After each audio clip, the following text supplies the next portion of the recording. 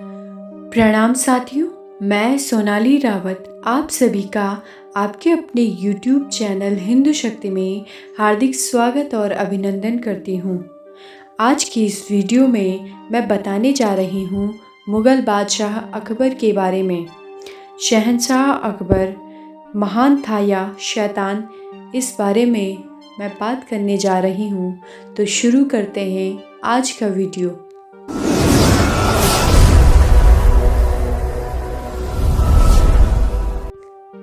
अकबर एक चरित्रहीन हत्याकांड करने वाला एक मुग़ल था। अकबर औरतों को एक वस्तु की तरह बांटता और खरीदता था। मीना बाजार जो हर नए साल की पहली शाम को लगता था, अकबर यहाँ से हिंदू महिलाओं को उठवा लेता। रानी दुर्गावती जो अपने पराक्रम और अपने सौंदर्य के लिए काफ़ी विख्यात थी, वह अकबर की गंदी नज़र रानी दुर्गावती के ऊपर थी, जिस वजह से अकबर ने रानी दुर्गावती के क्षेत्र पर आक्रमण कर दिया। किंतु एक अति वीरतापूर्ण संघर्ष के उपरांत जब रानी दुर्गावती को लगा कि अब और संघर्ष नहीं कर पाएंगी, तो उन्होंने खुद ही अपनी तलवार अपने सीने में भोंककर आत्म बलिदान के पथ पर बढ़ गई, ताकि वह अकबर के हाथ ना लगे। हल्दी घाटी में जब युद्ध चल रहा था, अकबर और राणा प्रताप के निमित्त राजपूत परस्पर युद्धरत थे और उनमें कौन किस और है भेद कर पाना असंभव हो रहा था। तब अकबर की ओर से युद्ध कर रहे एक सैनिक ने अकबर से कहा कि वह किस पर गोली चलाए ताकि शत्रु ही आघात हो। अकबर ने कहा, यह बहुत महत्व की बात नहीं, गोली किसको लगती है, क्योंकि सभी युद्ध करने वाले हिंदू हैं। गोली जिसे भी लगेगी हिंदू ही मरेगा, जिससे लाभ इस्लाम को ही होगा। रणथंभौर की संधि में अकबर की पहली शर्त यह थी कि राजपूत अपनी स्त्रियों की डोलियों को अकबर के हवाले कर दे, यदि वे अपने सिपाही वापस चाहते हैं।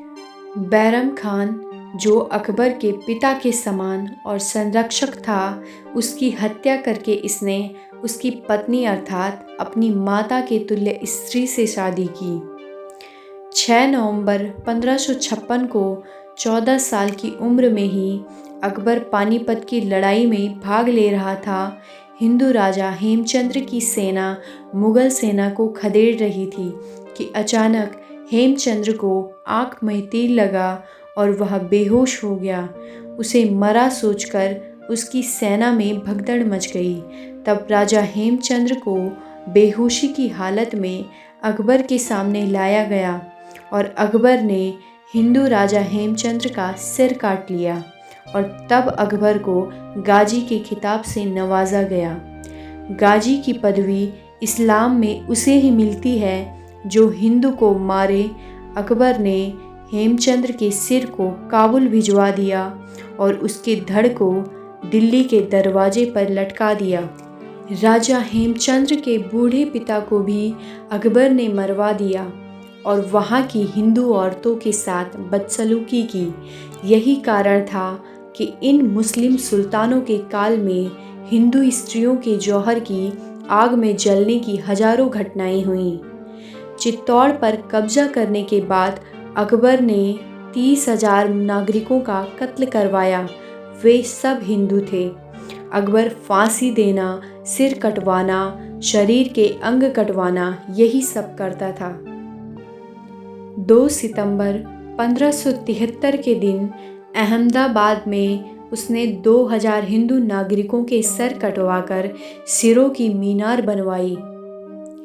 जवाहरलाल नेहरू ने अपनी पुस्तक डिस्कवरी ऑफ इंडिया में अकबर को महान कहकर उसकी प्रशंसा की है। हमारे कम्युनिस्ट इतिहासकारों ने भी अकबर को एक परोपकारी, उदार, दयालु और धर्मनिरपेक्ष शासक बताया है। अकबर के जीवन पर शोध करने वाले इतिहासकार विसेंट स्मिथ ने साफ लिखा है कि अकबर एक दुष्कर्मी, चरित्रहीन, हत्याकांड करने वाला एक क्रूर शासक था। राजकुमार जयमल की हत्या के पश्चात अपनी अस्मत बचाने को घोड़े पर सवार होकर सती होने जा रही उसकी पत्नी को अकबर ने रास्ते में ही पकड़ लिया। शमशान घाट जा रहे सारे संबंधियों को कारागार में डाल दिया और राजकुमारी को अपने कैदखाने में भेज दिया। इसी तरह पन्ना के राजकुमार को मारकर उसकी विधवा पत्नी को अपहरण कर अकबर ने अपने कैदखाने में ले लिया। अकबर ने अपने कैदखाने में 5000 से ज़्यादा हिंदू महिलाओं को जानवरों की तरह बंदी बनाकर रखा और कई लाख हिंदुओं को मरवाया। अकबरनामा के अनुसार 3 मार्च 1574 को अकबर ने बंगाल विजय के दौरान इतने सैनिक और हिंदू नागरिकों को मरवाया कि उनके कटे सिरों से 8 मीनारें बनवाई गई। यह फिर से एक नया रिकॉर्ड था जब वहाँ के हारे हुए शासक दाऊद खान ने मरते समय अकबर से पानी मांगा तो अकबर ने उसे जूतों में भरकर पानी पीने को दिया। अकबर की चित्तौड़ विजय के विषय में अकबर का आदमी अबुल फजल ने लिखा है कि अकबर ने 8000 राजपूत योद्धाओं को बंदी बना लिया और बाद में उनका वध कर दिया। इसके साथ साथ विजय के बाद प्रातःकाल से दोपहर तक अन्य 40,000 किसानों का भी वध कर लिया, जिसमें 3000 बच्चे और बूढ़े थे।